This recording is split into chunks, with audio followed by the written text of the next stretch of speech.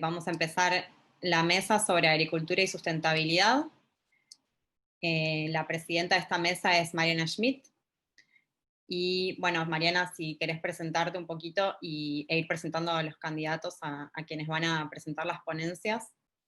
Les comento que las presentaciones son de 12 minutos cada uno. Quienes quieran hacer preguntas, pueden hacerlo por preguntas y respuestas aquí abajo a la derecha. Después esto lo vuelvo a repetir de todas maneras. Bueno, eso es todo. Mariana, te dejo la palabra y empezamos, así después hay tiempo para la discusión. Bueno, hola, ¿me escuchan? Bueno, bienvenidos y bienvenidas. Muchísimas gracias por invitarme a ser la presidenta de esta mesa 15 llamada Agricultura y Sustentabilidad. Me presento muy brevemente, así sabemos un poco quiénes somos cada uno de nosotros. Yo soy socióloga de la Universidad de Buenos Aires y también doctora en Ciencias Sociales de la Universidad de Buenos Aires. Investigadora del CONICET, con lugar de trabajo en el Instituto Gino Germani de la Facultad de Sociales de la Universidad de Buenos Aires, y hace, bueno, no sé, más de 10, 15 años que trabajo en cuestiones vinculadas a sociología rural, sociología ambiental, ecología política, haciendo, bueno, diferentes análisis e investigaciones, principalmente que hicieron foco en el avance de las fronteras agropecuarias, agrícolas y ganaderas hacia el norte del país, en la región chaqueña, principalmente en la provincia de Salta, y todo lo que ello significó en pérdidas de bosques nativos y conflictividades ambientales y territoriales en esa región. Así que, sin más presentaciones que esa, por lo menos por mi parte, hoy nos van a acompañar 4 ponencias, 4 expositores y expositoras tenemos, que nos van a proponer una suerte de viaje por distintos territorios y por distintos espacios regionales para problematizar este vínculo entre agricultura y sustentabilidad. Tenemos 2 exposiciones que van a hacer foco en situaciones en la provincia de Buenos Aires, en Argentina, otra exposición en Uruguay, cruzando el río, y otra exposición en el norte argentino, en la región chaqueña, en la provincia del Chaco específicamente. Así que bueno, la primera de las ponencias, siguiendo el orden, era la de Fabricio Bongiano, Elke Noel Meyer, perdón por los apellidos, Pierre Gacelin y Hernán Urcola, ¿sí? Titulada Agroecología extensiva y sustentabilidad en el sudeste bonaerense, aspectos ambientales y socioeconómicos. Así que les damos la palabra a Fabricio. ¿Se ve la presentación? Sí, se ve bien. Bueno, perfecto, arranco entonces. Buenas tardes. En primer lugar, les agradezco la presencia en esta jornada. Soy Fabricio Bongianino, becario doctoral CONICET, y les voy a hablar sobre agroecología extensiva y sustentabilidad en el sudeste bonaerense, aspectos ambientales y socioeconómicos. Les comento brevemente la estructura de la exposición. Primero voy a hacer una introducción conceptual, luego voy a hablar sobre la importancia del problema a investigar, después sobre los objetivos y aspectos metodológicos del trabajo, presentaré algunos resultados y discusiones para finalizar con las conclusiones. Para empezar con la introducción, me parece importante describir el contexto en el cual se plantea el trabajo, sobre todo para las personas alejadas del sector agropecuario. El modelo productivo actual que predomina en la agricultura pertenece al paradigma denominado Revolución Verde. Este término hace referencia al incremento rápido y sostenido de la producción de granos que ocurrió en varios países a mediados de los años 60. Norman Borlaug es considerado el padre de la Revolución Verde. Si bien es cierto que la Revolución Verde logró incrementar la producción total y la productividad agrícola, como vemos en la imagen, en los últimos 40 años, desde los 60 hasta el 2000, se duplicó la producción global de cereales. Este mayor incremento de los cultivos se basó principalmente en la intensificación del uso de insumos externos del agroecosistema y en su simplificación. Como vemos en la figura de arriba, se incrementó el uso de agua, del riego, y de nutrientes, principalmente nitrógeno y fósforo, a través de fertilizantes. Y en la figura de abajo vemos cómo se incrementó el uso de pesticidas. Se generan impactos positivos y negativos muy controversiales en el ambiente y en la sociedad, lo que hizo que se produzcan biografías, documentales, publicaciones científicas que generan discusiones, libros periodísticos internacionales, libros y documentales nacionales que hablan de pulverizaciones con agroquímicos y cuestiones sanitarias. Las pulverizaciones con aviones o con personas con la vestimenta reglamentaria están relacionadas con las controversias que hay sobre la creación de empleo neto y las derivas, que generan movimientos sociales que reaccionan en contra, produciendo tensiones en la sociedad, lo que permite dudar de la sustentabilidad del modelo de producción actual. ¿Qué es la sustentabilidad? Es un concepto complejo y multidimensional. Sin embargo, la noción más usada es la satisfacción de las necesidades de las generaciones presentes sin comprometerlas de las generaciones futuras. Se está de acuerdo con que la sustentabilidad implica al menos 3 dimensiones de análisis: la ambiental, la social y la económica, y que conceptualmente la sustentabilidad global de un sistema productivo se relaciona en asegurar las 3 dimensiones. Respecto a los aspectos operativos de la sustentabilidad, para simplificar y cuantificar su multidimensionalidad, varios autores aceptan metodología de utilizar un set amplio de indicadores. Un método es el IDEA, que voy a explicar más adelante. Si bien se han propuesto distintas alternativas para aumentar la sustentabilidad de los sistemas productivos, la agroecología es una alternativa con creciente interés mundial y nacional. La agroecología es un término polisémico, o sea que tiene varios significados, pero para este trabajo se utiliza la definición de Gliessman en 1998, que la define como la aplicación de conceptos y principios ecológicos para diseñar y manejar de manera sustentable los agroecosistemas. El concepto ha evolucionado a lo largo del tiempo y actualmente se entiende a la agroecología como una disciplina científica, como un conjunto de prácticas y como movimientos sociales. La agroecología propone principios para manejar y diseñar los agroecosistemas y actualmente la FAO plantea 10 elementos, como por ejemplo la diversidad, la eficiencia y la resiliencia. Para terminar con la introducción, me parece importante destacar la transición agroecológica, que es el proceso en el cual un sistema convencional, con las características de la revolución verde, se convierte en agroecológico. Hay varias etapas, pero la etapa más crítica es la sustitución de tecnologías de insumos por las de procesos. Y para obtener sistemas agroecológicos, estos deben coevolucionar con movimientos sociales y políticas de desarrollo territorial. Además, esto está demandado por los consumidores, por las regulaciones y por la investigación científica. La importancia de investigar esto es que hay un desafío actual, que es lograr una producción agropecuaria sustentable, lo que implica satisfacer la demanda de alimentos de la creciente población mundial, disminuyendo a la vez el impacto ambiental negativo y mejorando el bienestar de las personas. Una posible solución es que actualmente se propone la agroecología como una disciplina científica para afrontar estos desafíos, pero está aún en construcción y muchos de sus aspectos tienen que ser más investigados. Una manera es evaluar su sustentabilidad y mostrar los resultados. Asimismo, la FAO en 2019 destacó la importancia de evaluar la agroecología.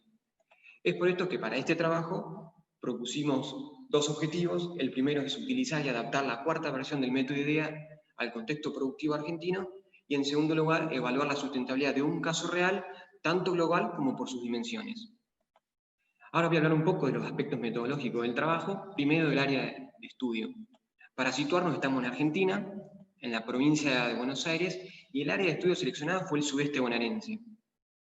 Para esta exposición se seleccionó un caso con avanzado estado de estado en la transición agroecológica, que está ubicado en el partido General Pueyrredón. Se usó el método IDEA, que es un método francés por sus siglas, en español significa Indicadores de Sustentabilidad de Establecimientos Agropecuarios. Sus antecedentes de uso se remontan desde a fines de los 90 en Francia y luego en otros países como Dinamarca, Brasil, Tailandia, Senegal, Canadá, entre otros.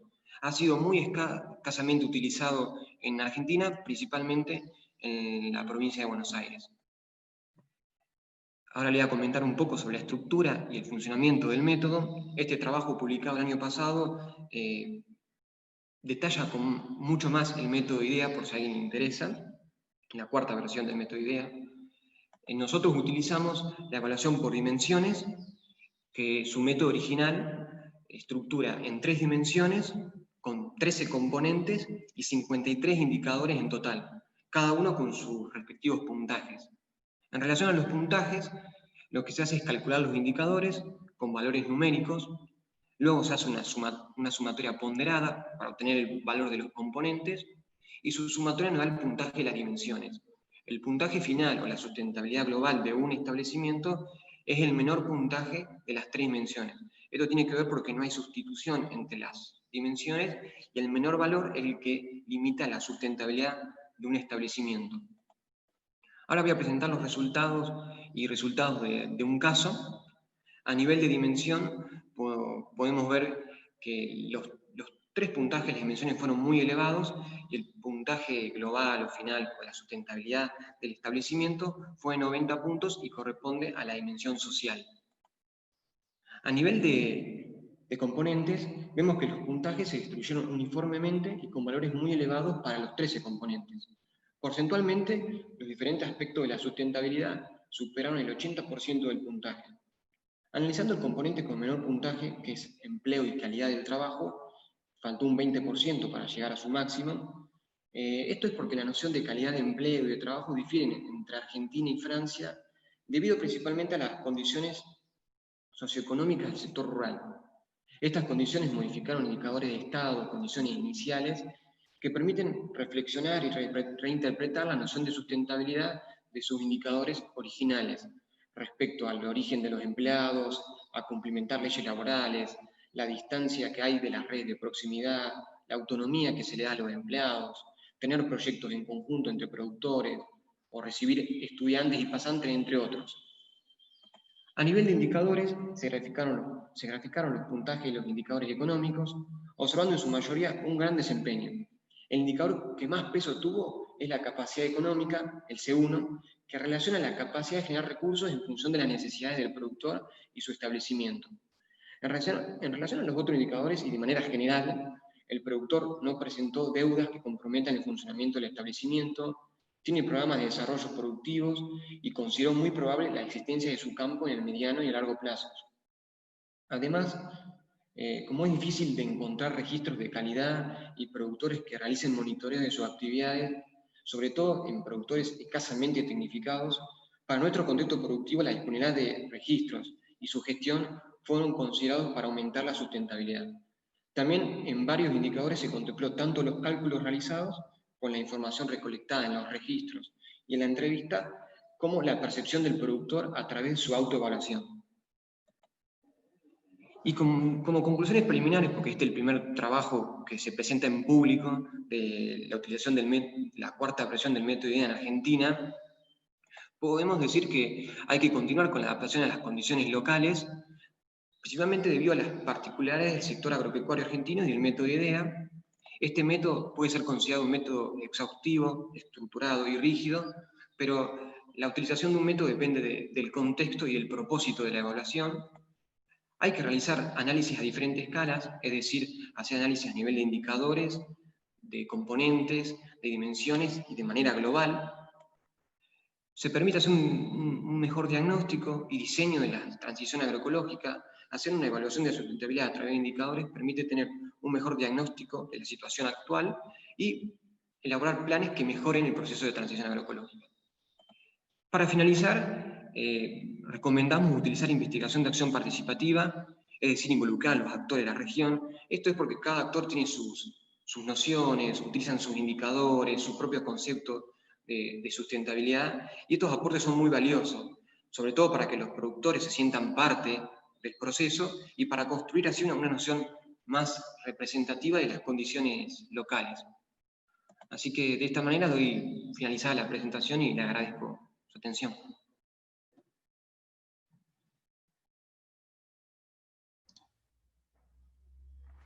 Bueno, muchísimas gracias, Fabricio. Ay, disculpen, ahora seguía Nahuel, ¿no? Esperen que... tenemos la presentación de Nahuel Espinoso, cuya presentación se titula Integración del conocimiento climático en la agricultura familiar del este del Chaco. ¿Sí? Muchas gracias, Nahuel. Hola. Ahí comparto la presentación. ¿Se ve? Perfecto. Bien. Entonces, me presento, mi nombre es Nahuel Espinoso, soy antropólogo, pertenezco al programa de estudios rurales y globalización de la Universidad de San Martín y soy becario doctoral en el marco de un proyecto interdisciplinario con climatólogos de ciencias exactas y antropólogos, donde se aborda la cuestión del clima y la actividad agropecuaria. Entonces, en este marco, yo les voy a presentar mi investigación doctoral, donde abordo particularmente la cuestión del conocimiento climático en la agricultura familiar de una localidad del este de Chaco. Entonces, como introducción, lo que voy a presentarles es algunos enfoques globales acerca del vínculo entre el cambio climático y la producción de alimentos y la producción agropecuaria. Desde los organismos internacionales, por un lado, se afirma que el clima está afectando la seguridad alimentaria. Y en el sentido contrario, se atribuye al modo de producción agroindustrial una influencia negativa sobre el cambio climático y el medio ambiente. Además, en la literatura internacional y estos organismos internacionales destacan los servicios ecosistémicos que brindan las regiones de humedales, que es este caso de estudio. Lo importante para destacar es que estos son discursos expertos que parten de organismos conformados por expertos y que proponen soluciones técnicas genéricas. Ahora, cuando este problema se ubica en América Latina, surgen otras dificultades que tienen que ver con el acaparamiento y las disputas por las tierras y los recursos naturales, y también con la cuestión de la desigualdad. Entonces, yo para este estudio de caso tomo un abordaje antropológico, particularmente en el sector de la agricultura familiar, donde se visibilizan una diversidad de actores y que permite poner en discusión esta noción de adaptación genérica de estos discursos expertos. Entonces la idea es analizar la relación entre el conocimiento acerca del clima, prácticas productivas y estrategias del sector de la agricultura familiar. Entonces les voy a presentar el caso de estudio, que es el sector de la agricultura familiar en el departamento de Bermejo, en Chaco, en Argentina. Este caso de estudio forma parte de un trabajo de campo etnográfico colectivo que realizamos con Paula Serpe y con nuestra directora, que es Valeria Hernández, donde cada uno analiza distintos aspectos del mismo campo social. Yo me centro en la cuestión del clima y el conocimiento climático. Particularmente trabajamos con la agricultura familiar. El departamento de Bermejo se ubica en el este de la provincia de Chaco, una región de humedales, sobre el río Paraguay, donde las precipitaciones son abundantes, y estas precipitaciones que hacen que crezcan los ríos locales, que corren de oeste hacia este y desembocan en el Paraguay, es decir, las precipitaciones locales en combinación con las crecidas de los grandes ríos como el Paraguay, el Paraná, el Iguazú, producen inundaciones que suelen afectar a los productores de la agricultura familiar que se ubican en este mapa en los parajes que están marcados en los puntos negros. Entonces, el primer objetivo del trabajo de campo fue comprender cuál es la dinámica social, histórica y productiva de este sector. Acá no voy a andar en cuestiones históricas y de las trayectorias de estos actores, me voy a centrar en la cuestión de los sistemas productivos. Entonces, los resultados que obtuvimos es que estos productores tienen una producción diversificada, donde en el mismo predio hacen horticultura, es decir, huertas, agricultura de pequeña escala, de hasta 2-3 hectáreas, que se denomina chacra, donde se combinan distintos cultivos de estación, producción de aves, gallinas principalmente, y ganadería también de pequeña escala. Para mostrarles un ejemplo, este dibujo representa el sistema productivo de la chacra, donde se ven cada tarea y el orden en que se realizan. Lo que quiero destacar acá, desde el punto de vista social, es que hay determinadas tareas, como por ejemplo la arada, que se realiza con estos tractores, se realizan con herramientas comunitarias, herramientas que pertenecen a organizaciones de productores, conformadas por los propios productores. Entonces, para este sector es central organizarse entre ellos mismos y a través de esas organizaciones aliarse con otros actores como son agencias del Estado, agencias de extensión rural, por ejemplo, municipios, ministerios provinciales, para obtener recursos, ya sea para la producción, como el caso de los tractores, infraestructura para el campo, e incluso también una cuestión muy importante para este sector es la comercialización. También a través de estas alianzas consiguen recursos para movilizarse a ferias regionales, para crear ferias locales, etc. Entonces este es el contexto, digamos, socioproductivo de estos productores. Ahora, el siguiente objetivo fue entender cómo, desde la perspectiva de los propios productores, se vincula el sistema productivo con el clima. Lo primero que surgió es la dimensión, digamos, espacial.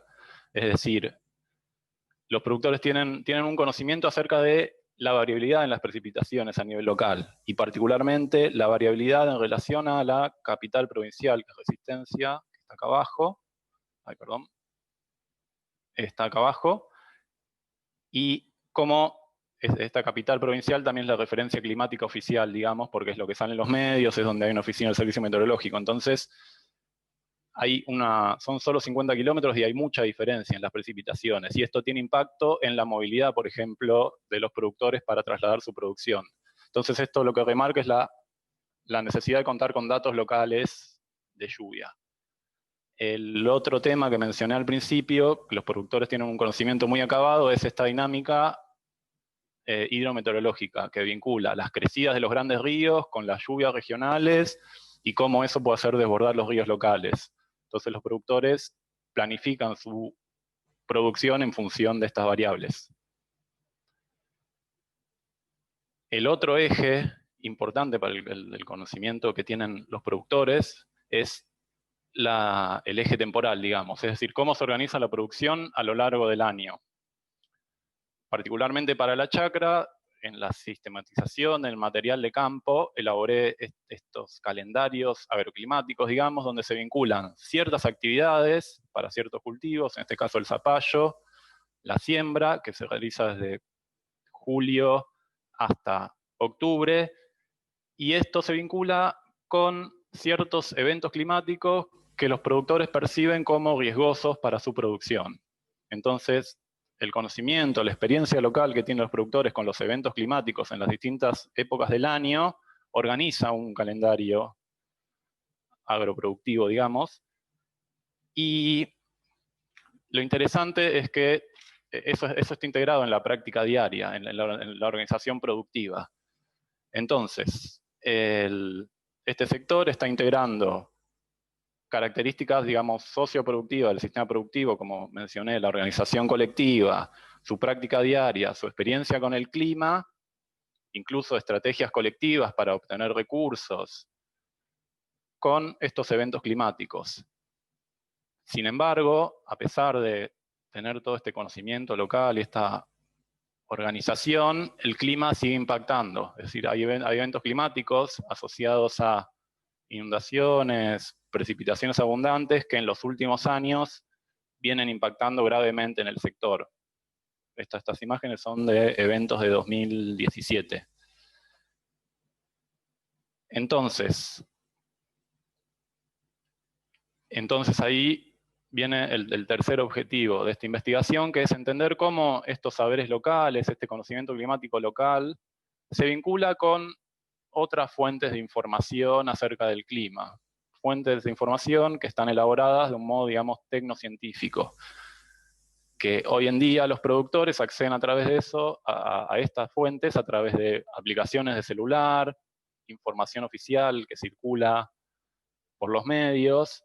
Lo interesante es que estos productores acceden a esta información, pero la corroboran con el conocimiento local, es decir, determinado pronóstico se corrobora con la experiencia que tienen los productores de saber que determinado viento, determinada puesta del sol, determinada forma de las nubes, auguran o no un clima. Es decir, estas fuentes tecnocientíficas se pueden impugnar o se pueden valorar de acuerdo a esta experiencia con el ambiente también.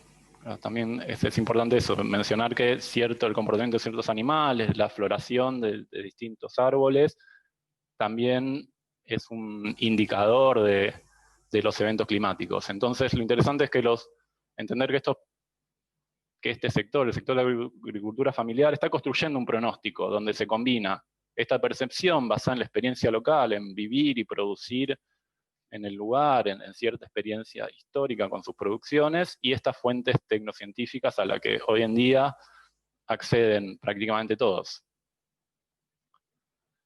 Entonces, para finalizar, las reflexiones son,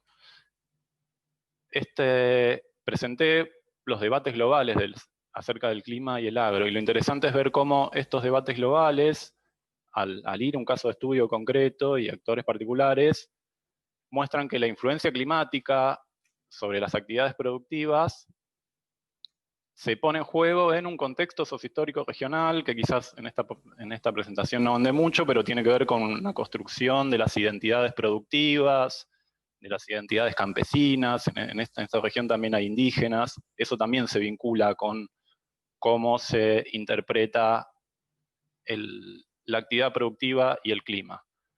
Por otro lado, cómo estos sistemas productivos se vinculan con un conocimiento local, con una experiencia local, y cómo se organiza estos sistemas productivos en relación a esta experiencia, y cómo estas experiencias locales se integran con otro tipo de fuentes tecnocientíficas. Y como mencioné, el impacto aún así sigue siendo grave debido a factores estructurales del sector. Entonces, ya pasando, digamos, a la escala interdisciplinaria, o sea, yo formo parte de un proyecto de investigación donde articulamos con climatólogos, y lo interesante ahí es pensar cómo se co-construyen soluciones y estrategias colectivas donde se articulen estos saberes locales con saberes expertos, pero siempre pensando en la coyuntura territorial y soluciones que sean acordes a las características socioproductivas de cada perfil. En este caso, para promover el desarrollo sustentable de la agricultura familiar. Muchas gracias.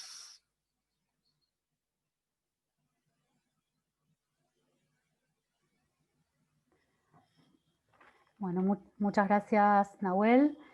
Y pasamos a la tercera ponencia a cargo de Magdalena Moyano, titulada Buenas prácticas agrícolas y medio ambiente en el partido de General Pueyrredón.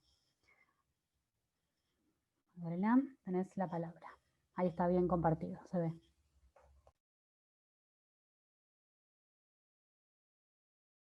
No te olvides de silenciarte.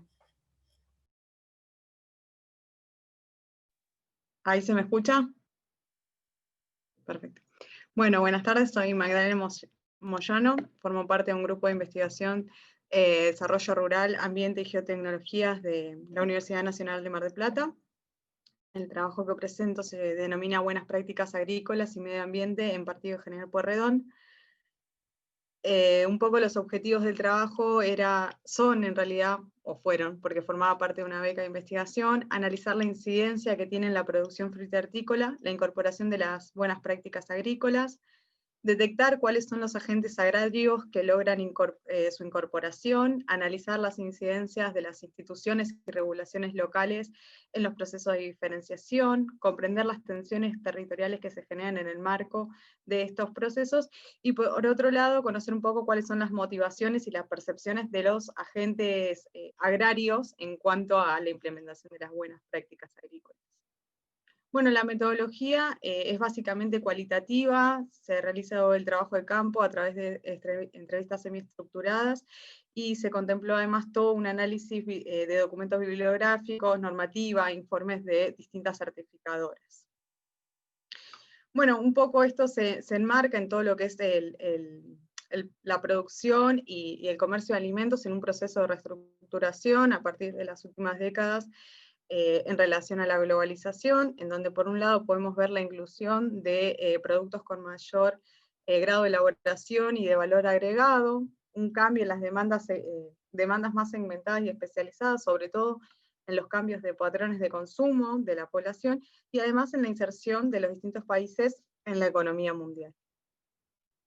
En este sentido toma gran relevancia el concepto de calidad, ¿sí? Un concepto muy amplio como complejo, ¿sí? Tanto en lo que es la producción como en lo que es por parte de los consumidores. Entonces, en el mundo de los alimentos se considera la calidad como un proceso social históricamente determinado, donde interfieren tanto nociones objetivas o subjetivas, lo cual es un concepto que se tiene en cuenta a la hora de definir las buenas prácticas agrícolas, como definidas según la FAO, como un conjunto de principios, normas y recomendaciones técnicas aplicables a la producción, procesamiento, transporte de los alimentos. En esta definición hay que considerar 3 ejes: por un lado la inocuidad e higiene de los alimentos, por otro lado el cuidado del medio ambiente y también la seguridad de las personas, ya sean los consumidores o los trabajadores. Respecto a las buenas prácticas agrícolas, se encuentran distintos tipos de posturas, ¿sí? Hay algunas posturas a favor, ¿sí? Que ven a las buenas prácticas agrícolas como la posibilidad de una inversión, el aumento de la competitividad, la posibilidad de la expansión a mercados más exigentes, garantizar una trazabilidad de los productos e incluso aumentar el bienestar de los trabajadores. Por otro lado, encontramos posturas un poco más críticas, ¿sí? Donde plantean que es una herramienta de exclusión, ya que no todos los productores pueden acceder debido a los altos costos que implica la transformación de una producción convencional hacia lo que implica las buenas prácticas agrícolas, que en un momento voy a ampliar un poco más. En este sentido es interesante hacer una revisión de cuál es el marco normativo que tenemos en Argentina, donde la producción agroalimentaria se encuentra regulada por diferentes sistemas de control, sean públicos o privados. En cuanto a lo público, encontramos el Sistema Nacional de Control de Alimentos, cuyo objetivo principal es la implementación del Código Alimentario, y desde el sector privado encontramos toda una serie de regulaciones y de certificaciones, tanto de los productos como de los servicios agroalimentarios. En el sector frutícola particularmente encontramos gran cantidad de normativas sobre inocuidad y seguridad higiénico-sanitaria, ¿sí? Lo que permite al Estado poder fiscalizar y sancionar en caso de no cumplirse. En cuanto a la situación de las BPA en la regulación, bueno, cuando presenté el trabajo no estaba todavía del todo aprobado, pero ya entró en vigencia. Un poco los antecedentes datan de 2008, donde se genera la propuesta de incorporar las BPA al Código Alimentario. Pasaron 10 años y recién en febrero de 2018 se crea un grupo de trabajo interministerial sobre las buenas prácticas agrícolas en materia de aplicación de productos fitosanitarios. En junio de ese año se crea el Programa Nacional de Buenas Prácticas Agrícolas Sustentables, también en relación a la utilización de productos fitosanitarios en producción frutícola, y en julio de 2018 se elabora un informe final. En dicho informe se presentan una serie de principios, ¿sí? Que sirven básicamente como guía para que las políticas públicas atiendan tanto el cuidado de la salud, el medio ambiente y la producción, ¿sí? Apoyado en todo lo que se elaboró en cuanto a conocimiento científico y tecnológico, y por otro lado vamos a encontrar una serie de recomendaciones apuntando al mejoramiento de lo que son las políticas públicas, a la necesidad de una ley que establezca la aplicación de productos fitosanitarios, como así también un registro de productores y el qué hacer después con los envases vacíos de los productos fitosanitarios. Respecto a este informe hubo duras críticas de distintas organizaciones ambientales y de distintos sectores académicos. Finalmente, en noviembre de 2018, se publicó en el Boletín Oficial una resolución conjunta en la cual se incorpora al Código Alimentario las buenas prácticas agrícolas, en este artículo 154 tris, en el que se establece que toda persona física o jurídica responsable de la producción de frutas y hortalizas deberá cumplir con las buenas prácticas agrícolas cuando se realicen una o más de las siguientes actividades: producción primaria, cultivo y cosecha, almacenamiento hasta la comercialización, a excepción, bueno, de aquellos que realizan el empaque. Bien, esto establece entonces la obligatoriedad de la implementación, ¿sí? Se pautó en ese año como plazo enero de 2020 para la producción frutícola y enero 2021 para la producción hortícola. Bien, no voy a hacer mucho detalle en esto, pero son algunos de los requisitos en cuanto a la implementación de BPA, que tiene que ver con una serie de documentación, el manejo de los productos fitosanitarios, el manejo del agua, el manejo de los distintos productos, la prohibición de presencia de animales en los predios, el uso de fertilizantes orgánicos y enmienda, y sí, muy importante, es la responsabilidad técnica, ¿sí? Que tiene que haber un asistente técnico registrado para la implementación de BPA. Bueno, eso sería como una parte muy introductoria. Lo interesante del trabajo es el análisis que se realiza en el Partido General Pueyrredón, situado al sudeste de la provincia de Buenos Aires, con ciudad cabecera Mar del Plata. El cinturón que rodea la ciudad es uno de los más importantes del país, dadas las condiciones físico-geográficas que presenta. Se estima, según el INTA, que hay una superficie aproximada de 9.500 hectáreas a campo y unas 750 hectáreas bajo cubierta, donde los principales cultivos a campo son el choclo, la lechuga y la zanahoria, y bajo cubierta el pimiento, el tomate, la lechuga o la espinaca. Es importante recalcar que aproximadamente son unos 1.000 productores quienes llevan adelante la producción, de los cuales el 80% trabaja en superficies menores a 15 hectáreas. ¿Cuál es el análisis que se pudo, o lo que se pudo observar respecto a quiénes son los agentes agrarios que incorporan las buenas prácticas? Bueno, ha habido productores que comienzan a interesarse en la temática, ¿sí? Algunos productores que están nucleados en lo que es la Asociación Frutícola de Productores y Afines del partido, han empezado a llevar adelante prácticas, pero de forma muy incipiente, con ayuda de algunos asesores técnicos. Y por último, hay un número ínfimo de productores que han logrado posicionarse, sobre todo en nichos de mercados, a partir de la adecuación de las exigencias que comienzan a tener los distintos compradores. Por lo tanto, empiezan a implementar y a certificar BPA. Dentro de aquellos que certifican BPA, pudimos observar que son explotaciones empresariales, mayoritariamente sociedades anónimas, que tienen esa dualidad de producción, tanto a campo como bajo cubierta, y que cuentan en su mayoría con actividades post cosecha. Tienen un nicho de mercado tanto en el mercado interno como externos, y son proveedores de las cadenas de supermercado. Las cadenas de supermercado tienen un rol clave en este proceso, porque son quienes también, a partir de las demandas de los propios consumidores, empiezan a establecer protocolos de calidad propia, lo que condiciona, ¿sí?, poder exigirle determinados patrones de calidad a los proveedores. Obviamente vamos a encontrar que hay grandes dificultades para la incorporación de las buenas prácticas, sobre todo con costos inaccesibles para la mayoría de los productores. Encontramos también que hay un mercado interno que no está apropiado, que no se encuentra en condiciones para afrontar estos productos diferenciados, en que hay escasos implementadores, que son quienes deben controlar la implementación de las BPA. Bueno, contamos con pocos implementadores en el país. Entonces, vemos que son crecientes las estrategias de diferenciación, no solo a partir de lo que son las buenas prácticas agrícolas, sino encontramos productores que certifican BPA, Global Gap, orgánico.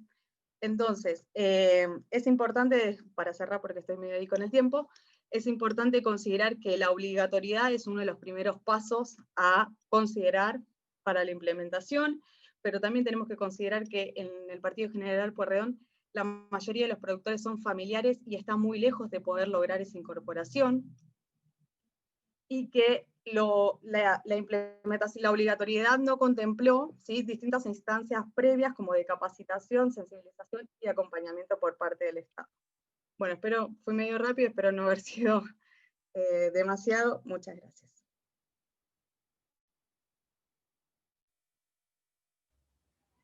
Bueno, gracias Magdalena. Y pasamos a la última, a cargo de Alicia Migliario González, con su ponencia titulada Tintes Violetas, lecturas ecofeministas de la Red de Agroecología del Uruguay. Bueno, muchas gracias. Bueno. Voy a compartir acá pantalla.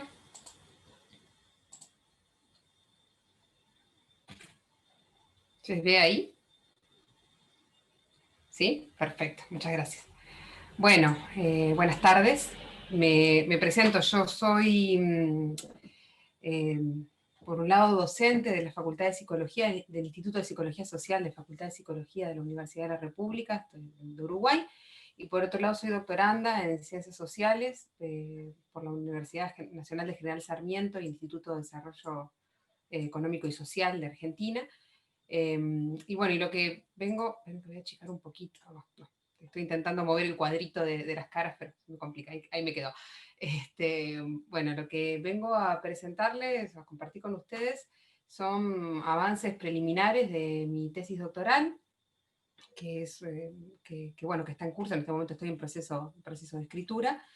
Bueno, así que ahí voy enviando el tiempo.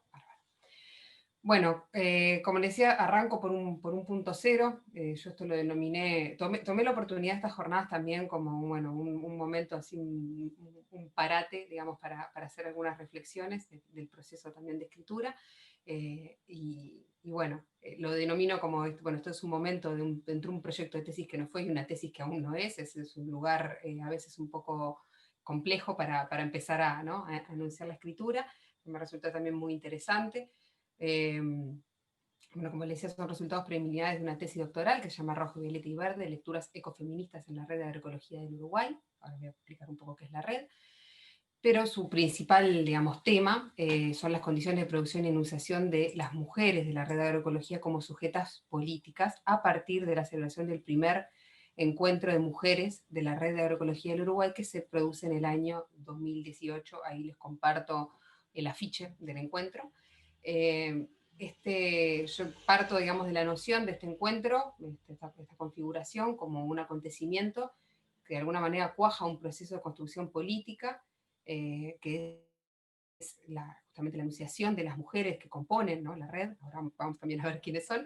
Y también ese proceso de construcción política de alguna manera explicita algunos impensados, ¿no?, o impensadas, podríamos decir, dentro de la propia organización que es la Red de Agroecología. Voy a ir para atrás y para adelante porque me parece que va a facilitar un poco la explicación, así que voy a empezar por contarles el caso. Yo lo planteo como algo así como un caso dentro de un caso, porque de alguna manera está, por un lado, es lo que está a la izquierda, la explicación de qué es la Red de Agroecología del Uruguay, que es una organización social de alcance nacional. Esto es decir, que abarca todo el territorio nacional, tiene mayor incidencia en el sur del Uruguay, que es donde está más que nada el cinturón hortícola, pero tiene alcance nacional, que está destinada al desarrollo y el fomento de la agroecología. Me voy a basar en un montón de las cosas que ya planteó Fabricio en la primera exposición, y considera la agroecología como un modelo productivo, ecológico y social que se basa en la producción, distribución y consumo de alimentos desde una perspectiva sustentable. Todo esto que tomo acá para caracterizar a la red es la propia caracterización que la organización hace de sí misma, ¿no? Esos son los principios que rigen la organización. A la izquierda, por otro lado, hay un pequeño organigrama, está muy chiquito, pero bueno, no quería manejar muchas diapositivas por las dudas, pero simplemente para que se hagan una idea de mínimamente la estructura. Hay un plenario nacional, hay 7 regionales, que son esos circulitos, que son unidades de base territorial, ¿no? Esas unidades de base territorial, a su vez, el plenario nacional se sesiona cada 2 años en los encuentros nacionales. Después la cotidianidad de la red transita más por las regionales, por las unidades territoriales. A su vez hay una coordinación nacional que sesiona cada 2 meses, ¿no?, con delegados y delegadas de las distintas regionales. Y por otro lado una secretaría técnica, que es el staff, digamos, de apoyo. Y por otro lado un grupo asesor. Y esto va a tener una importancia fundamental por el otro loguito que está ahí, chiquitito, que dice certificación participativa ecológica, porque la Red de Agroecología además es quien hace el proceso de certificación participativa de la producción agroecológica en Uruguay. Es decir, en Uruguay, si bien están habilitadas las certificaciones de tercera vía, algo que también podría tener relación con lo que planteaba Magdalena anteriormente, de los tipos de prácticas agrícolas, mayoritariamente en este momento la única, hace años ya en realidad, que la única que viene funcionando como tal es la certificación participativa que hace la red de agroecología a sus propios integrantes, o funciona como certificadora de tercera vía, es decir, certificadora externa, cuando no se participa en la red. Por un lado, esa es bueno, la conformación de la red, que está compuesta por productores, técnicos y consumidores. Y por otro lado, el otro caso dentro del caso es lo que está a la izquierda, que son las mujeres de la red de agroecología, ¿no? Y ahí verán una fotito a la derecha, hacia abajo, que bueno, esa es una foto del encuentro. ¿Quiénes son estas mujeres? Bueno, por un lado decir que las mujeres en la red de agroecología han estado siempre, han participado desde el principio, tanto de la conformación de la red de agroecología que se conforma en 2006, como de la prehistoria, digamos, de la red, que es todo el desarrollo de la agroecología en Uruguay, que va desde fines de los 80 hasta nuestros días, ¿no? Siempre han tenido una importante participación las mujeres en distintos roles, pero lo que emerge con este proceso es que han quedado mayormente invisibilizadas, ¿no? Entonces esto a mí me lleva como a pensar un poco, me llevó en el proceso de tesis a pensar cuáles fueron esos mecanismos de invisibilización de las mujeres, y encuentro como 3 sustratos principales en los que participan estas mujeres, que las componen, que son, por un lado, todo lo que sucede en torno a las desigualdades de género dentro de la intimidad de la producción agropecuaria familiar. Por otro lado, lo que sucede con la participación de las mujeres en la organización social y la participación política en la red. Y por otro lado, el trabajo técnico y profesional de las mujeres, muchas de ellas brindando asesoría técnica, sean dentro de las ciencias agrarias o dentro de las ciencias sociales, asesoría técnica veterinaria, agronómica, bueno, de trabajo social, etcétera. Que bueno, eso me resulta interesante porque muchas de estas mujeres a veces componen una o dos, o hasta inclusive hay casos donde estos 3 sustratos se componen en una misma mujer, ¿no? Es tanto técnica como tiene un rol de participación política como productora familiar. Bueno, voy a volver a la diapositiva anterior para retomar un poco esa línea, esa pequeña línea de tiempo que hay abajo, es explicar un poco cómo se llega a este primer encuentro de mujeres de la red que yo tomo como acontecimiento. Por un lado, desde el año 2006 empieza un proceso a partir de una conformación, una convocatoria, un proyecto específicamente de mujeres, la primera vez que la red hacía una convocatoria, un proyecto de mujeres, proyecto que finalmente no se puede desarrollar, pero evidencia una gran necesidad y un gran interés de las mujeres, así como un encuentro en el que participa un grupo de mujeres de la red de agroecología, un encuentro en Brasil, en la ciudad de Torres, sobre feminismo y certificación participativa. Por otro lado, un encuentro ahí yo ingreso, digamos, al trabajo de campo en el 2017, a partir de acercarme a la red. Yo ya venía, digamos, de vinculaciones previas con la red, o sea, ya conocía la organización. Ahí confluye, justo en el momento en que yo llego, estaba confluyendo esta idea de generar este primer encuentro. Todo el año 2017 y 2018 se trabaja en la conformación del primer encuentro, se celebra el primer encuentro en 2018, a partir de eso se crea un espacio de mujeres dentro de la organización, y se produce una serie de sucesos sobre mediados del 2019, de conflicto dentro de la organización, que hacen que ese espacio de mujeres hoy esté pausado, digamos, ¿no? Y que muchas de ellas incluso se hayan movido hacia otras organizaciones. Esto en el medio de una coyuntura nacional, que es la elaboración del Plan Nacional de Agroecología, de la ley de 19.717, que está vigente en este momento en Uruguay, pendiente de implementación, con una reestructuración importante dentro de la organización, ¿no? La reestructuración de la RAU, la Red de Agroecología del Uruguay, y por otro lado con un cambio de gobierno en Uruguay, que bueno, que desde marzo de este año hubo un cambio, digamos, de signo político, después de 15 años de gobiernos progresistas, retorna a un gobierno de derecha, y eso ha generado también algunos impactos importantes para considerar, ¿no? Que no los voy a analizar ahora, pero sí hacen el caso. Bueno, esto para contarles un poco el caso dentro del caso. Yo en esta presentación me voy a saltear todos los aspectos más metodológicos. Me interesaba discutir o compartir con ustedes los aspectos más teóricos. digamos, que conforman. Estoy mirando los tiempos, no sé si estoy bien de tiempo. Quedan 3 minutos. Uy, bueno, no estoy Y un bien. poco menos. Bueno, me baso en los ecofeminismos como corriente plural. No voy a desarrollarlos ahora acá, en todo caso, podremos discutirlos después, pero básicamente a mí lo que me interesa de la confluencia de los ecofeminismos es pensar la posibilidad de pensar los ecofeminismos como un concepto puerto, como un concepto al que se llega más naturalmente o casi que por similitud entre la perspectiva ecológica y la feminista. Me voy a ir directamente a las conclusiones, que son las que me interesa compartirles.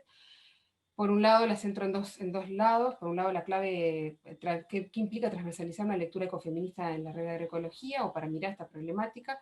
Y yo encuentro, por un lado, cómo esto que los ecofeminismos hacen sentido para las mujeres de la red de agroecología, tejiendo cercanías, de alguna manera resultaron orgánicos y permitieron acercar la problemática agroecológica a la problemática ecológica. Por otro lado, esta suerte, yo llamo polinización cruzada entre la agroecología y los ecofeminismos, que en cuánto le aporta, digamos, a la agroecología la posibilidad de mirar las desigualdades que plantean los ecofeminismos y cuánto los ecofeminismos amplían el campo de problemas, cuánto la agroecología, digamos, amplía el campo de problemas para mirar el ecofeminismo no solo centrado en conflictos antagónicos. Y por otro lado, creo que se me complica mirar el chat, perdón. Bueno, acá la pregunta era por qué mirar desde los ecofeminismos y después, en casos más concretos, pensar, ubicar acá una perspectiva ética en la investigación que a mí me viene llevando, digamos, a reflexionar sobre cómo se hacen investigaciones no en relación a ni sobre los procesos que los colectivos atraviesan, que muchas veces implica, ¿no?, enfrentarse a estos conflictos y sobre todo a un rol de cuestionamiento ético de la investigación social, qué es lo que queremos enunciar y qué no. Bueno, y por último, cómo se producen las desigualdades y violencias de género y esta transición de pensar las organizaciones, la red de agroecología como una organización mixta, a pensar la estructuración patriarcal en la participación de las organizaciones. Bueno, esto de evidenciar las desigualdades de género, primero con la sorpresa de acá también suceden, bueno, ¿por qué acá no habrían de suceder si la lógica patriarcal atraviesa todos los órdenes de la sociedad? Y después, bueno, por último, una mirada ecofeminista del Plan Nacional de Agroecología, reciente, que está siendo también una posibilidad de reencuentro para muchas de estas mujeres que salieron, digamos, en la diáspora un poco en este conflicto, que es esta posibilidad de estructurar o de pensar la necesidad de transversalizar miradas ecofeministas al Plan Nacional de Agroecología. Me quedo por acá porque creo que ya estoy más que pasada. Así que muchas gracias. Perfecto. Bueno, muchas gracias a los cuatro por las exposiciones. Ahora entiendo que me toca hacer como mis comentarios y devoluciones. ¿Estoy en lo cierto? Perfecto. Bueno, entonces, nuevamente gracias. Todo siempre muy estimulante para pensar en diálogo con las experiencias propias, pero también tratando de aportar preguntas también a las exposiciones de ustedes y después, bueno, ir sumando si van surgiendo preguntas del público, que por lo ahora creo que no hay, ¿no? No, esa parte, perfecto, porque a veces... pensé que querías decir algo, Andrea. No, listo. No, recordarles que si tienen preguntas, lo pueden hacer en preguntas y respuestas. Y bueno, si no tienen, no. O comentarios, si quieren también. Sí, perfecto. Mientras yo los voy estimulando a que hagan sus preguntas, voy haciendo mis comentarios. Así que bueno, primero insertar las distintas exposiciones que también son muy distintas entre sí, ¿no? Cada uno trae una problemática o un campo de problemas distintos, pero que a la vez todos pueden agruparse en algunas problemáticas o procesos comunes que están sucediendo en Argentina, en Uruguay, en la región, y que tienen que ver con este avance en las fronteras agropecuarias y de los procesos de agriculturización y avance de las fronteras agrícolas desde fines del siglo XX, como mencionaba Fabricio en su exposición, ¿no? Muy vinculadas con esta idea de la revolución verde, el avance de un modo de producción agroindustrial muy intensivo en recursos, también muy intensivo intensivo en insumo,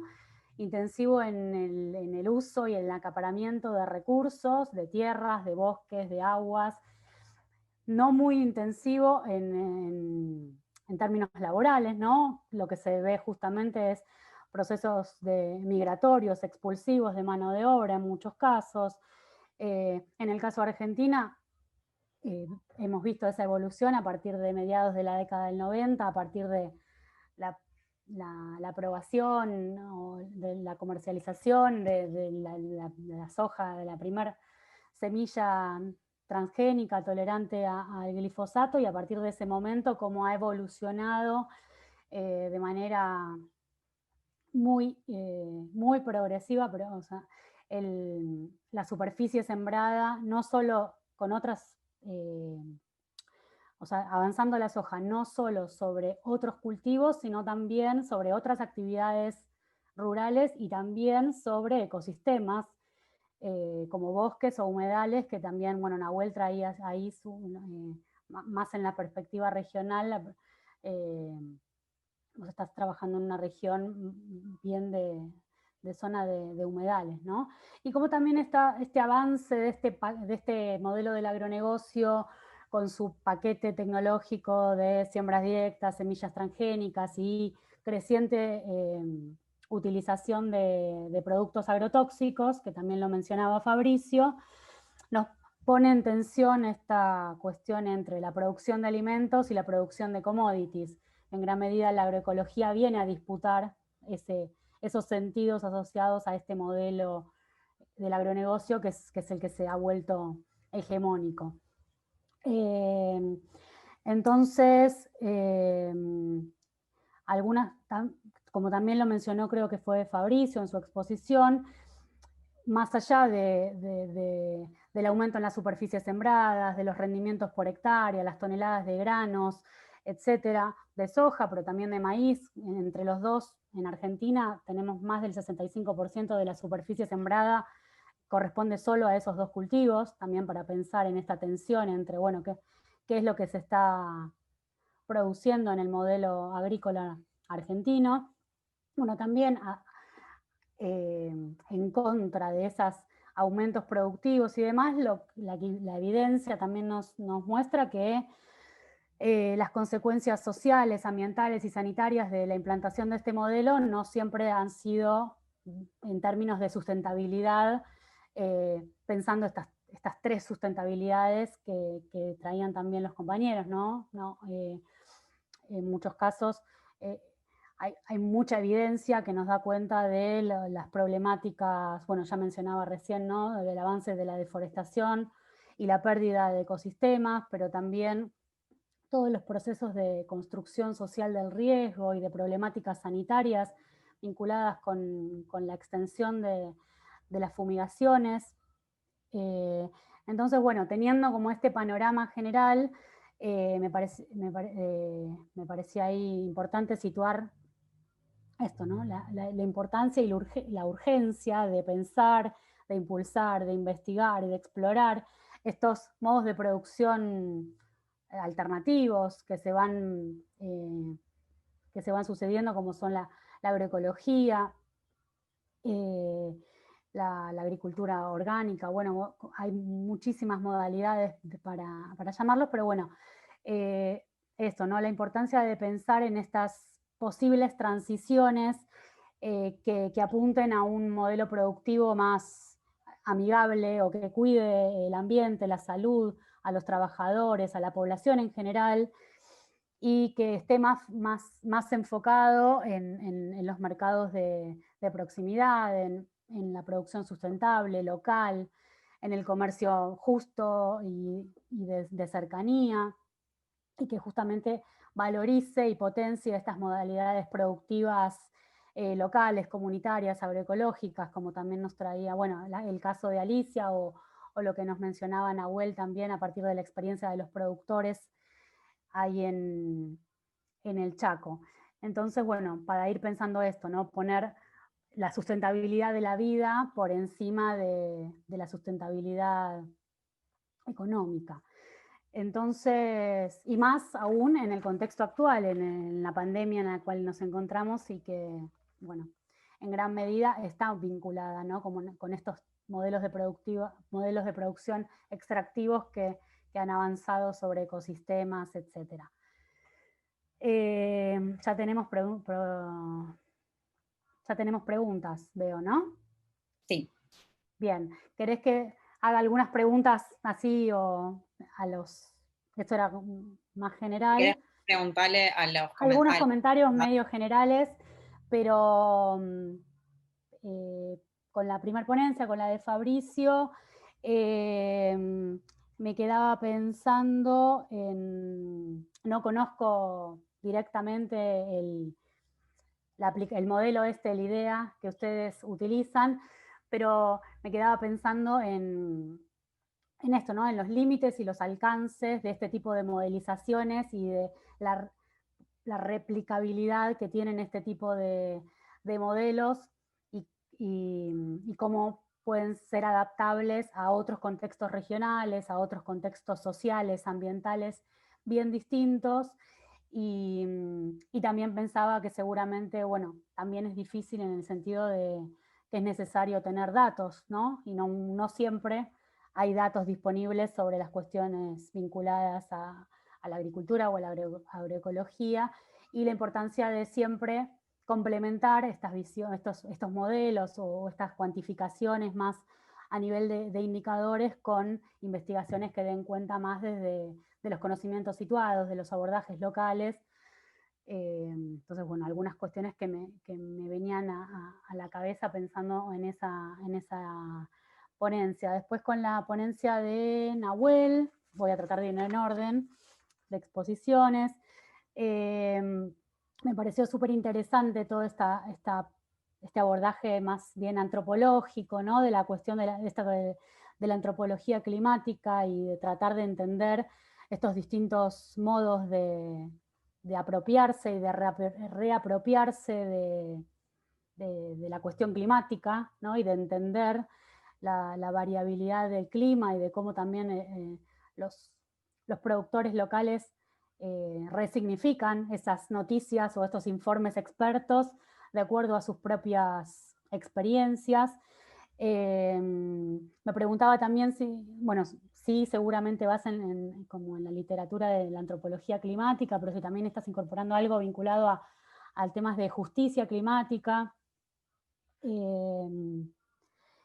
Y me preguntaba también si en el marco de estas organizaciones, si se han creado algunas suertes de sistemas de alertas tempranas comunitarias o algo así con respecto a las inundaciones. Por ejemplo, yo conozco casos, por ejemplo, no sé, en Pilcomayo, que a través de distintas fundaciones se van creando, tienen creada como una red de información que se van generando entre las mismas comunidades indígenas, van creando y se van pasando la información vinculada a las crecidas del río, etc. Bueno, si hay algo similar en esta zona del Bermejo. Con respecto a la de Magdalena, perdón que también estoy mirando los tiempos para no irme de... También me parecía interesante esto de indagar en la complejidad y en esta construcción social y política de esta idea de calidad, ¿no? Cómo se disputa ahí distintos sentidos en torno a, bueno, qué son alimentos de calidad o cómo se implementan también estos sistemas de buenas prácticas agrícolas que muchas veces esto, ¿no? Vienen bajados desde organismos internacionales o mismo desde el Estado Nacional, pero ¿qué pasa cuando tienen que ser aplicados en concreto en un espacio local con actores concretos que no todos tienen la misma posibilidad de acceder y de certificar estas buenas prácticas agrícolas? Y y ahí teniendo un diálogo con la exposición de Alicia, cómo se tensionan estas buenas prácticas certificadas por estados o por privados, con otro tipo de certificaciones, ¿no? Certificaciones más comunitarias, participativas, de parte de organizaciones. Entonces, me preguntaba en torno a eso, y también qué rol o quiénes son los que cumplen el rol de la autoridad de aplicación y en el monitoreo y en el control de que efectivamente esas buenas prácticas se cumplan. No conozco tanto el caso de las buenas prácticas en la fruticultura o frutihorticultura, pero sí los debates en la cuestión agrícola, ¿no? Y cómo muchas como, no sé, hay pasos, ¿no?, a cumplir para tener para las buenas prácticas agrícolas, por ejemplo, en la aplicación en las fumigaciones con agrotóxicos, pero están muy pensadas desde una lógica o desde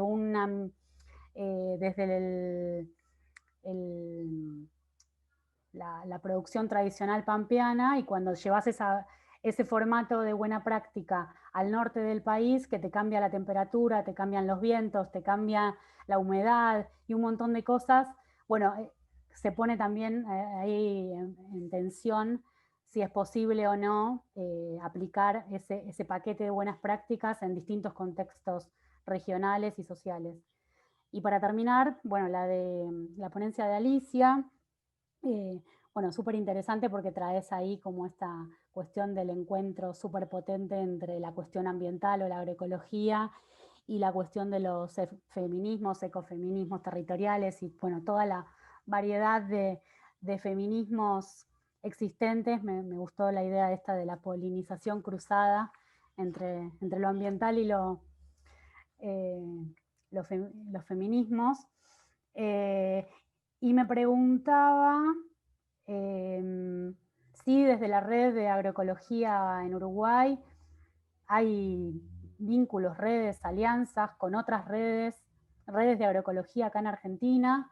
No sé, pensaba en la UTT y la Unión de Trabajadores de la Tierra, que también tiene las mujeres tienen un rol importante ahí, o con otros feminismos ambientalistas territoriales o ecofeminismos en Uruguay. Sé que, por ejemplo, las luchas por el agua ahí en Uruguay han sido bastante fuertes. No sé si hay un movimiento ecofeminista muy vinculado a eso, pero bueno, trataba de pensar si ahí también había polinizaciones entre estos distintos movimientos. Y la exposición de Alicia también me hacía pensar y preguntarle a los demás si en sus investigaciones o en sus casos de estudio, cómo juega el rol de las mujeres ahí, ¿no? En el caso de la fruticultura, en el caso de la agroecología bonaerense, y también en el caso del chaqueño ahí, de los productores en el Bermejo. Para cerrar, si querés, podemos sumar las preguntas del público y Dale. que después cada uno tenga unos minutos para responder. Dale, ¿querés que las lea? Como quieras. ¿Las querés leer vos? Sí. Sí, estoy para que las estoy abriendo. Sí, ahí las abrí. Hay algunas que están en el chat, las últimas, pero yo ahora te las paso. Dale, ahí abrí las de preguntas y respuestas. Alcira pregunta sobre las buenas prácticas agrícolas. Dice, creo que siguen sosteniendo el agronegocio y la contaminación. La transición a la agroecología debería ser el norte. Y vuelve a decir, coincido con el enfoque de Alicia, sin feminismo no hay revolución. Silvia, para Fabricio, dice, ¿sobre qué tipo de productor se aplicó la metodología? Y si ha explorado en General Pueyrredón otros productores que llevan a cabo estos procesos. Alcira vuelve a decir que estaría bueno que conectemos encuentros de agroecología en la región. Alcira Trinelli. Hola Alcira, te conozco. Y ahí leí los de el sector de preguntas y respuestas. Voy al chat. Sí, ahí te las estoy pasando, pero sí, están en el chat. Ana Nahuel dice, encontraron relaciones entre memorias comunitarias y o familiares y el conocimiento climático local. Para María Magdalena, sí, Moyano, ahí está. ¿Existen políticas de acompañamiento para adecuarse a las buenas prácticas? Pienso en aquellos productores a los que la obligatoriedad de las buenas prácticas les significa una restricción más que un beneficio. Y Andrea sos vos. Así que, bueno, esa es una primera tanda. Creo que tienen todos alguna pregunta, así que podemos hacer una ronda. Sí, después yo quería hacerles un comentario, pero podemos primero responder y... ¿Quieren ir en orden de exposición? Así nos ordenamos.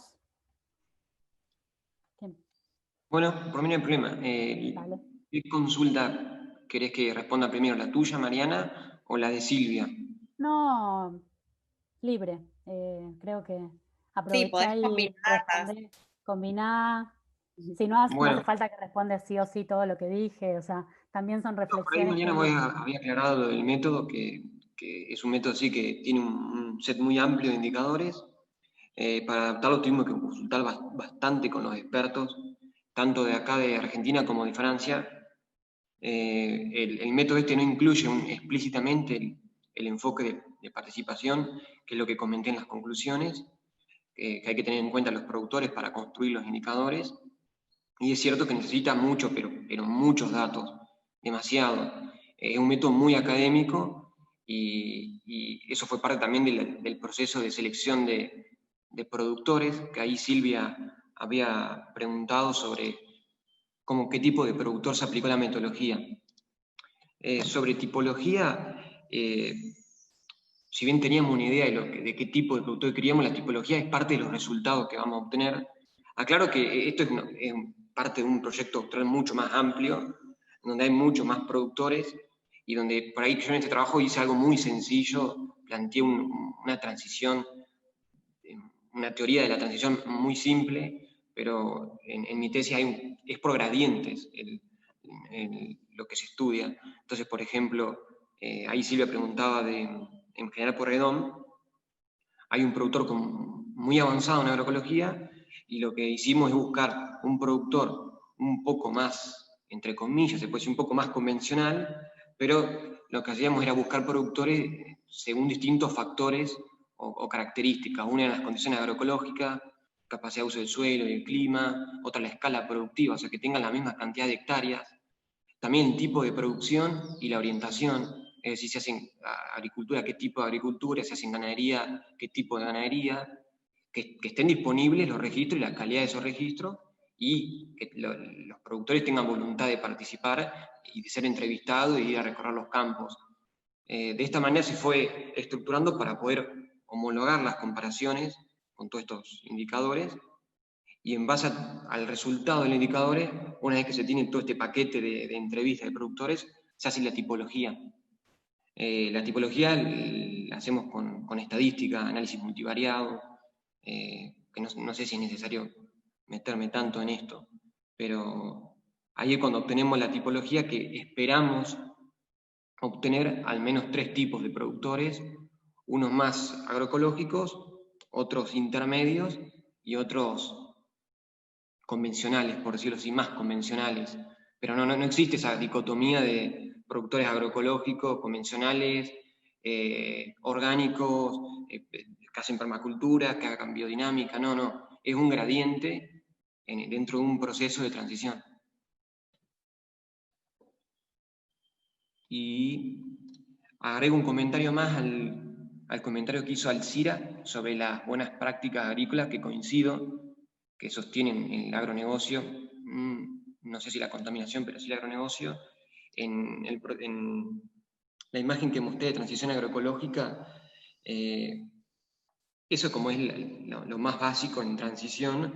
La primera etapa es la de la ecoeficiencia, y las buenas prácticas agroecológicas entran ahí. Es la optimización de las prácticas, pero dentro de un mismo modelo. No se plantea la reconversión de un modelo, reconversión de tecnologías. Lo que se hace es hacer más eficiente un proceso, optimizar las prácticas agronómicas.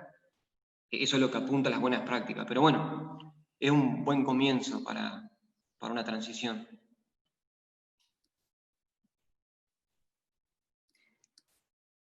Fabricio, terminaste tu comentario.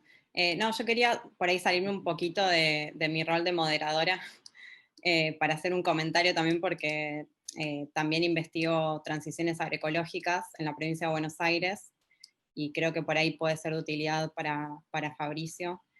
Yo soy parte del equipo del PERIG, donde participa Nahuel también, soy becaria postdoctoral de CONICET en la UNSAM, en ese equipo. Y me parece que tanto, o sea, por un lado tenemos la polisemia, ¿no? Y lo multifacético de un concepto como sustentabilidad, que también es un concepto en disputa, y por otro lado tenemos también la diversidad de situaciones de transición agroecológicas.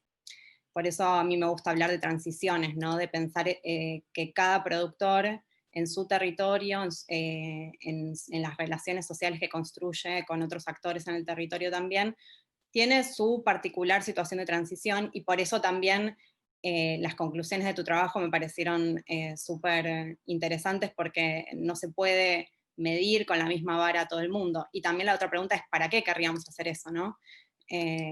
¿Por qué querríamos medir a todos igual? O si lo que queremos ver un poco es acompañar esas transiciones que lleguen a ese gradiente mayor, ¿no? de transición hacia la agroecología.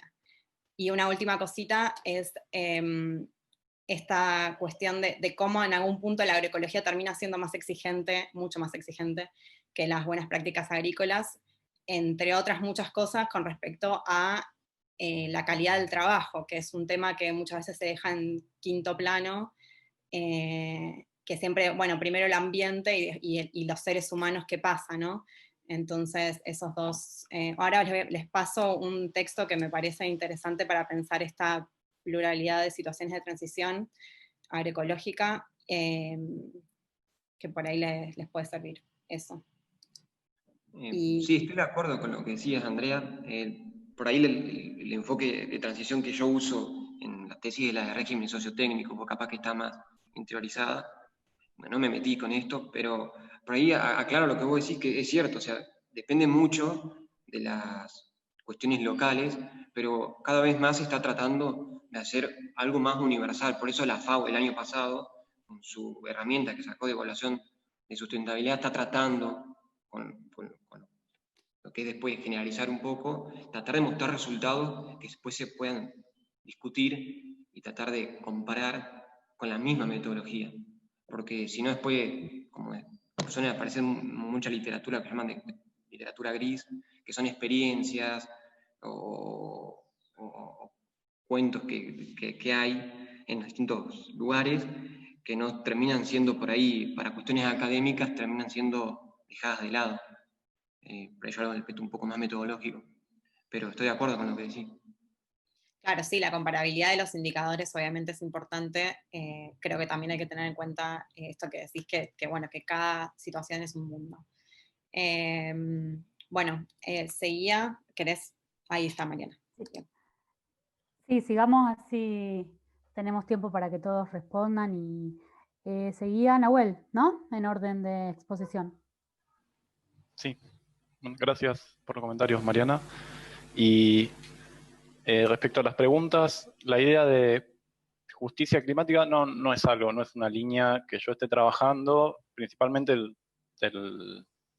trabajo que vengo haciendo, que ya hace 3 años que estoy haciendo trabajo de campo, y como que la idea es es un trabajo bien etnográfico, entonces a partir de cómo los actores del territorio interpretan el problema con el clima, a partir de esos significantes, digamos, lo que les resulta relevante a ellos, vengo como estableciendo las categorías centrales, y la idea de justicia climática no es algo que me está apareciendo. Quizás más adelante, ahora cuando avance en la escritura de la tesis o en el análisis material, puede ser que me sea relevante esa noción.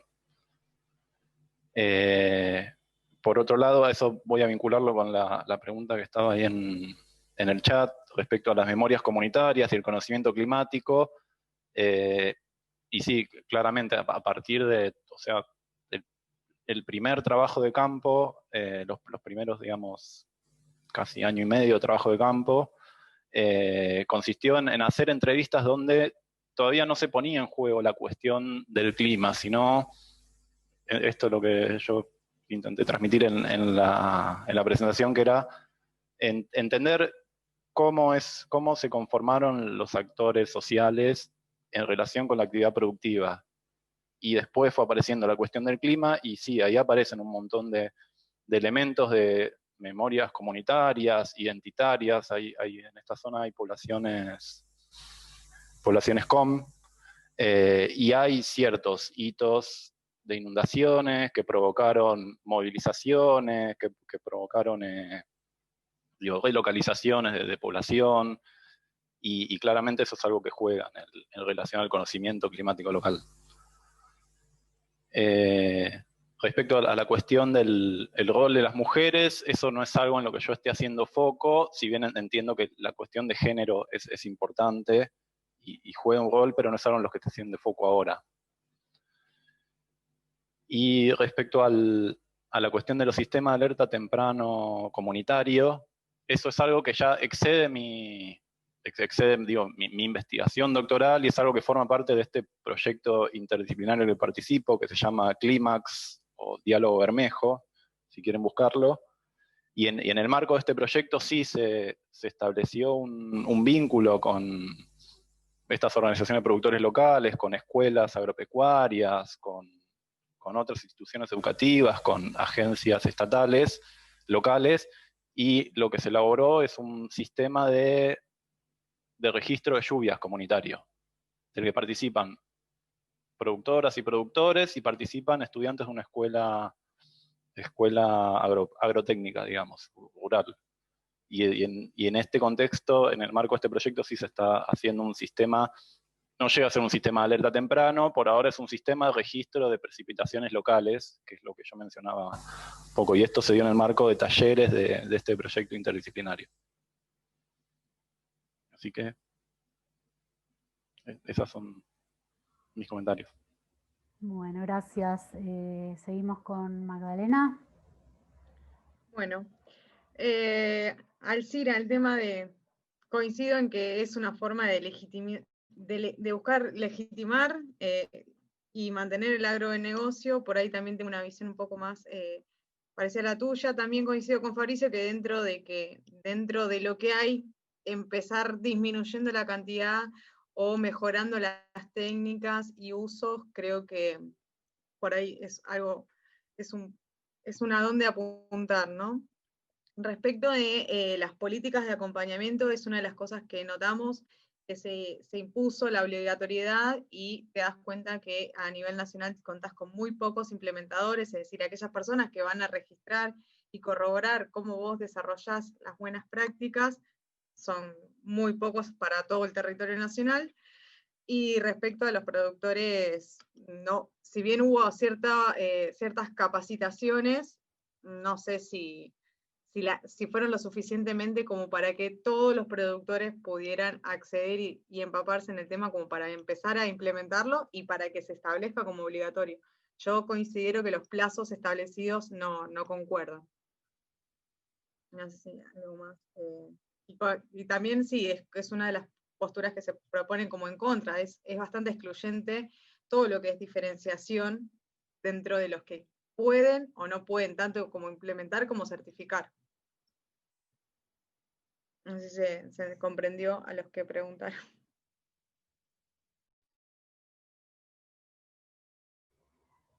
Tenías... Alicia, pasas. Yo. Bueno, muchas gracias por los comentarios también y por la mesa. En realidad, sobre la pregunta si hay vínculo con otras redes o con otras organizaciones, sí los hay, tanto con Argentina, con Brasil, Paraguay. De hecho, el tema feminismo se cuela en la red vía contacto con una organización brasileña.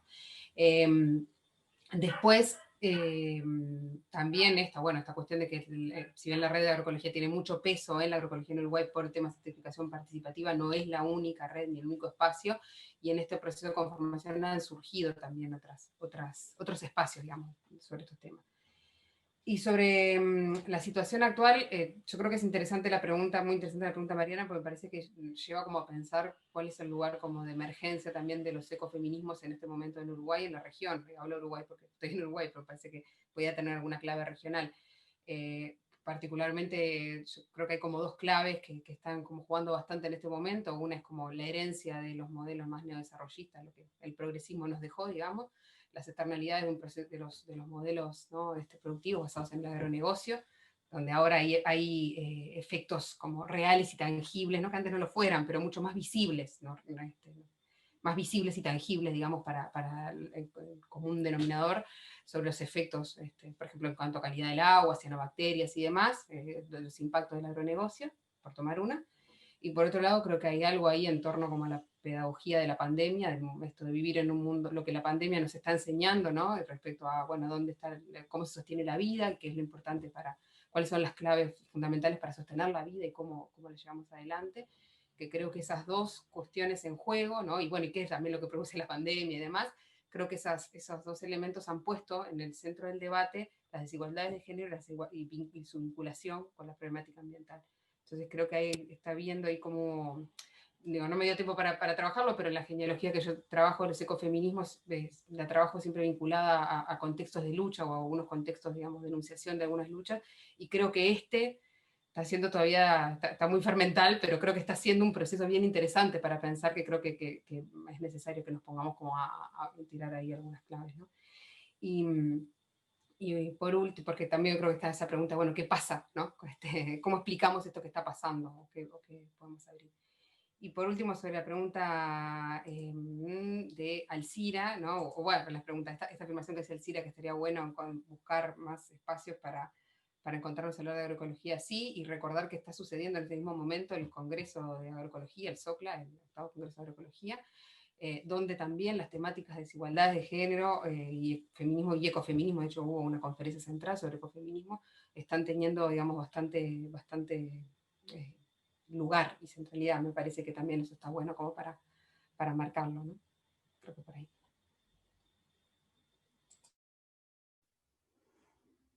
Bueno, muchas gracias. No sé si, Andrea, ¿llegó alguna otra pregunta que yo no haya visto en no, el chat? hay algunos comentarios del CIRA sobre esto de conectar en encuentros de agroecología, bueno, Ya, la esos los posibilidad leí, de... sí. sí. Sí. No. No, así que no sé si quieren plantear alguna discusión más. Una ¿Querés decir réplica algo? más. Si ¿Alguna no, réplica más? alguna réplica más, una nueva ola de preguntas. Y si no, Mariana, si querés, podés cerrar con tus comentarios finales. Estamos bien de tiempo, digamos. Sí, no sé si, o si entre ustedes también quieren hacerse preguntas, Bien. también es interesante. Abramos, digamos, el debate.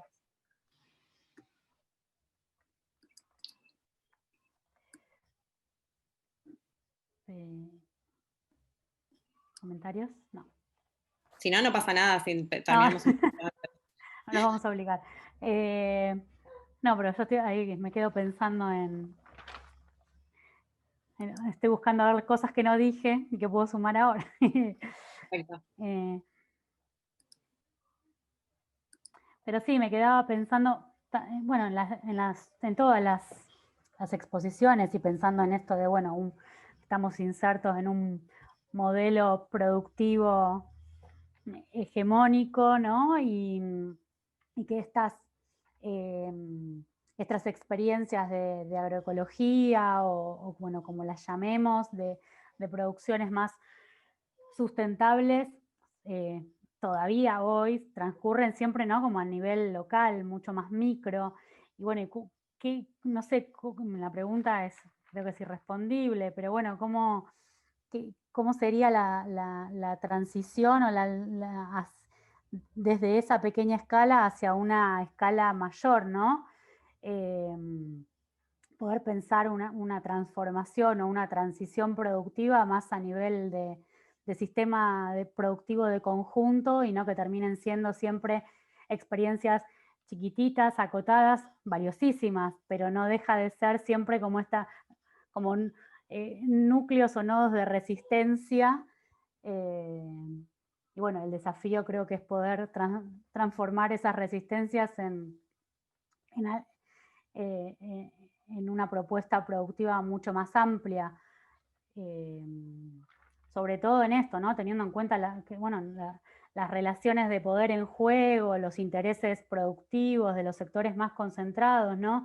Y cómo todas siguen traccionando las políticas públicas y demás en el sentido contrario muchas veces, ¿no? Escuchamos muchos anuncios gubernamentales y lo único que el horizonte que se ve es, bueno, más producción agrícola, mayor avance de superficies sembradas, más utilización intensiva de más tecnología y toda una serie de introducción de estos actores concentrados, etcétera. Y bueno, cómo traccionar eso hacia el otro lado y por supuesto ahí revalorizando el rol y la importancia de la organización, de las movilizaciones sociales, o sea, feministas o no feministas, ¿no? El rol de la organización y de la movilización social, popular, de las redes comunitarias entre los distintos productores campesinos, pequeños productores indígenas, etcétera, para sostener estas formas otras de agricultura y bueno, cómo hacerlas replicables en un nivel más amplio. Y por otro lado también algo que me parecía súper interesante, que el rol y las tensiones siempre existentes entre los saberes, ¿no? Entre los saberes técnicos, perdón, tengo moscas que me acechan, entre los saberes técnicos, no sé, con el caso de Nahuel, ¿no? Esta cosa del saber experto meteorológico, hidrológico, etcétera, y cómo eso se tensiona y esas controversias y se ponen en juego a partir de los saberes locales y las experiencias desde abajo, como esa información climatológica o incluso los saberes en torno a cómo producir de otro modo, de modo sustentable, sin llegar a ser certificaciones internacionales de buenas prácticas agrícolas, ¿no? Pero distintas saberes respecto de cómo producir bien, sustentablemente, que se tensionan también ahí con otros saberes expertos y con el rol también de los técnicos y que también trabajan en los territorios, implementando en muchos casos estas políticas que vienen a veces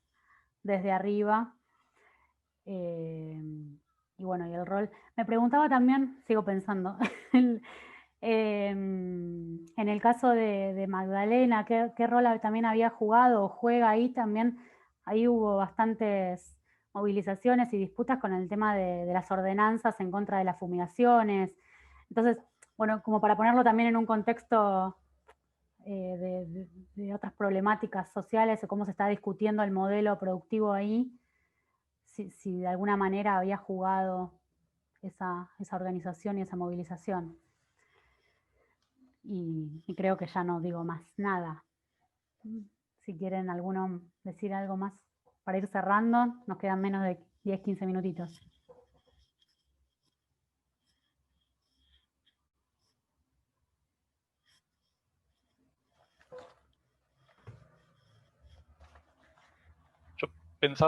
Yo quería agregar algo, pensaba también en el comentario que hacías, también el peso que tiene el Estado en todas estas problemáticas y que muchas veces tiene tendencias, digamos, contradictorias. Porque hay muchas políticas de fortalecimiento de la agricultura familiar, vinculadas a esa promoción, pero por otro lado también el agronegocio, también hay políticas destinadas al agronegocio. Entonces, no sé, a mí me resulta eso muy, muy interesante ver cómo se juegan esas tensiones, esas contradicciones, y hacia ahí apuntaba la pregunta que le había hecho a Magdalena, en relación a que yo veía que en estos últimos años también se estaba estableciendo la obligatoriedad de las buenas prácticas agrícolas en Chaco al final quedaron pospuestas, pero la percepción era que para los productores termina siendo algo más restrictivo y que sin política de acompañamiento para establecer esas políticas que deberían promover una producción más sana, sin política de acompañamiento, se restringe a estos sectores y mi impresión es que tienden hacia un proceso de diferenciación donde los que tienen más capital económico, cognitivo, político, son los que pueden acceder a a estas certificaciones. Entonces, ahí me parece que es importante pensar qué rol juega el Estado. Uh-huh.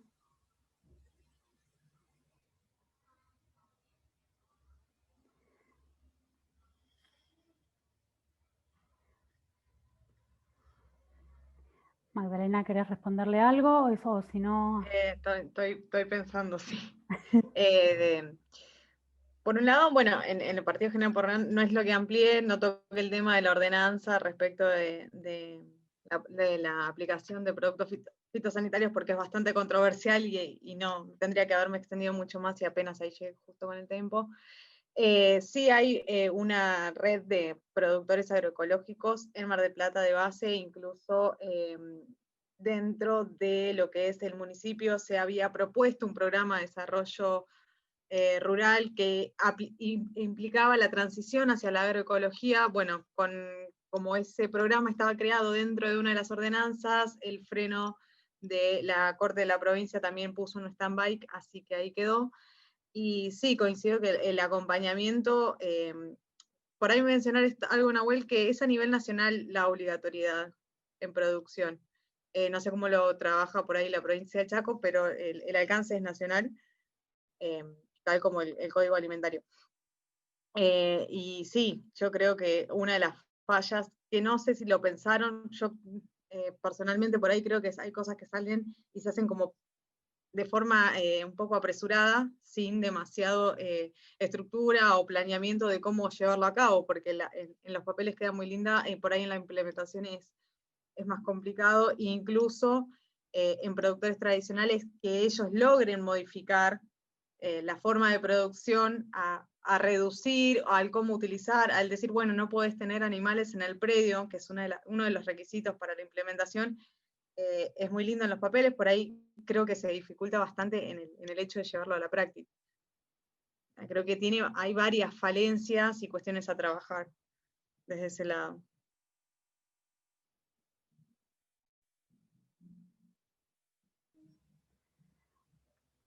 Bueno, ¿alguien más toma la palabra o ya nos damos por satisfechos y cerramos?